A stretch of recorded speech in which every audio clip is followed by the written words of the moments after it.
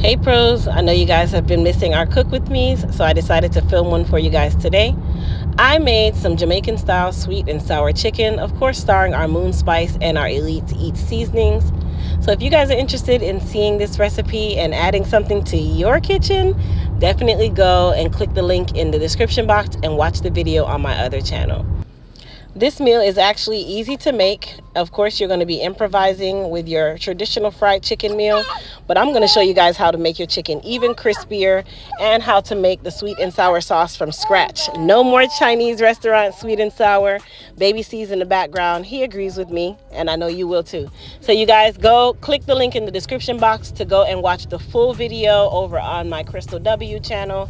And you guys don't forget to comment and tell me what you guys thought. Bye.